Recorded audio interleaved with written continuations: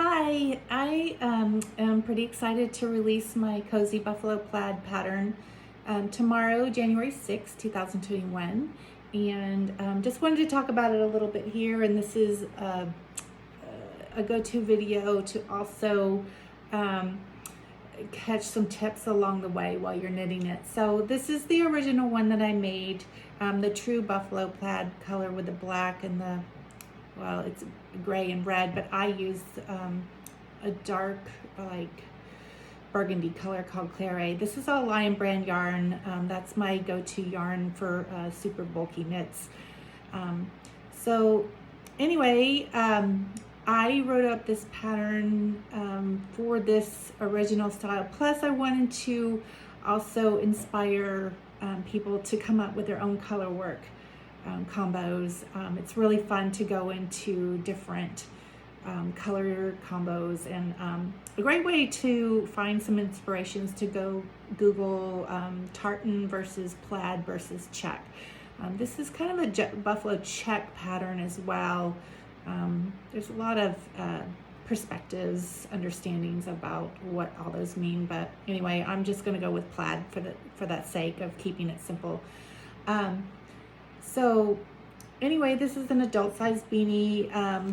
I wanted to show you the floats underneath because that's a huge part of making this beanie, because there is 3 stitches by 3 stitches.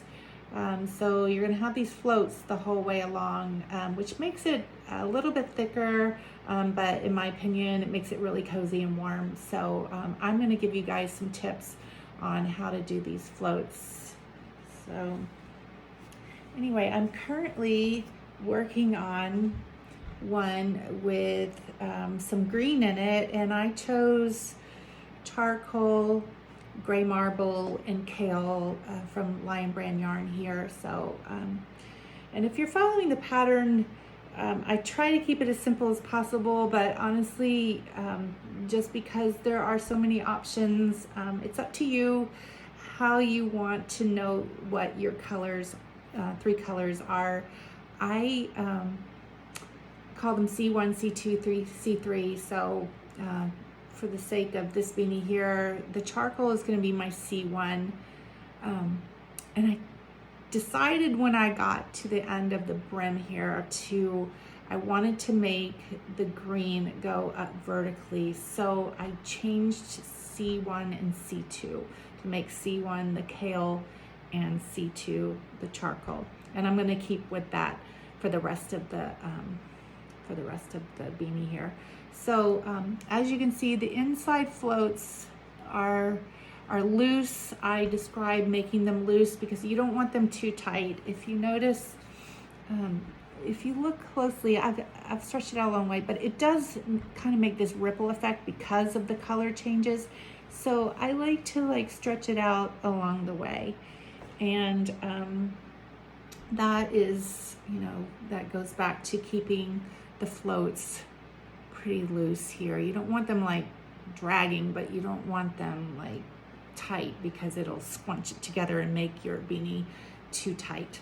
So anyway, I'm finishing the second block of colors using C2, C3. Like I said, I changed the C2 to charcoal, and my C3 is the gray marble.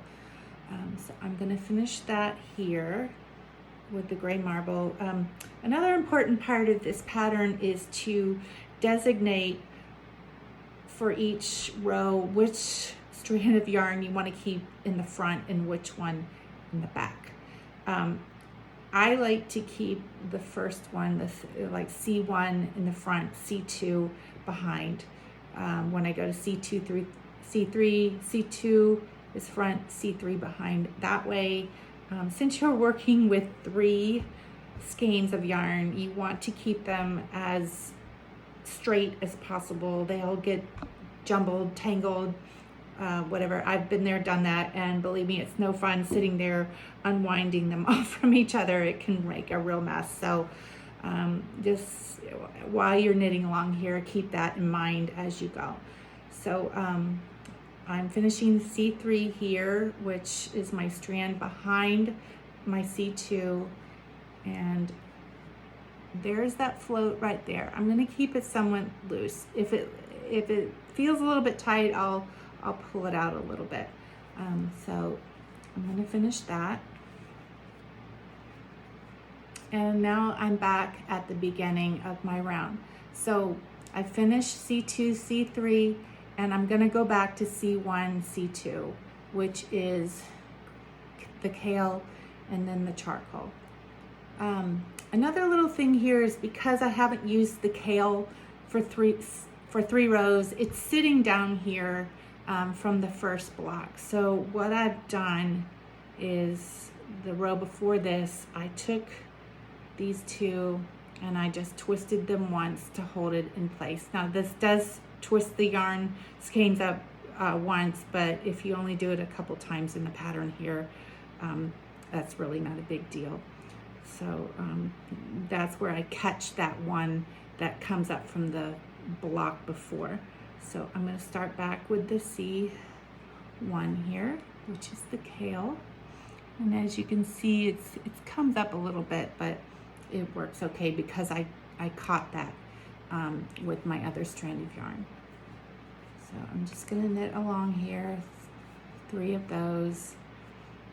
And because this is C1, I'm going to keep the strand in front and the charcoal. Okay, so here's where another part, I actually made a little mistake and I'm going to go back and fix it. So this charcoal is sitting back here, which is my C2, which I'm going to need again in this row. So I really don't like it to go over more than 5 stitches, as you can see here, 1, 2, 3, 4, 5, 6. So I'm going to go take these back out, which always scared me when I first started knitting, is having to take out yarn, but I've figured out how to do it without making a mess. So I'm going to go back here, and now it's only 4 behind. So there's where I'm going to twist the yarn again with these 2 colors to trap the gray here so the float won't be too long. And then I'll go back to my C1. So as you can see, it's sitting here and it's only gone over 4 stitches.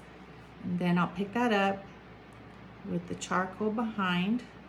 Helps to look at it sometimes. And start this 3rd row of color block. So I'm back to my C1 is in the front. 1, 2, 3. And the charcoal's behind. 1, 2, 3. Tail in the front. 1, 2, 3. Charcoal. C2. 1, 2, 3. Okay. So I'm going to continue with that. I'm not going to keep knitting along here. I think you get the idea, but along with keeping the floats as even as possible, I'm also going to stretch it out a little bit along the way. And I'm not going to like pull real tight, but to me, this helps keep the floats even as well. So that way you have that uniform look like I showed you in the red and black plaid buffalo check beanie. So hopefully this is helpful. I do want to add another video soon here on using the different color work. My pattern talks about making a checkerboard pattern. I like to use visuals, so I'll show you pictures of that and pretty much go by the illustration. So it's pretty much, you know, whatever inspires you, what vibe catches you that day.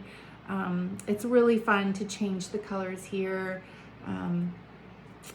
You can stick with the traditional color, which is always a winner. People love it. And then you can branch off into a little bit different color pattern. It does help to write down what your color choices are to keep them straight as you're knitting along. You know, whatever works best for you. I, you know, like to look on the internet and follow along with that, or I write them down. So Anyway, give me a thumbs up if you found this helpful. Let me know if you have any questions. I'm always here to answer them. I'll comment on YouTube, or if you want to send me a message on Instagram, my handle is equestrian.style, EQUESTRIANN.style. And I'll also leave my email as well as equestrian.style@gmail.com. So thank you so much.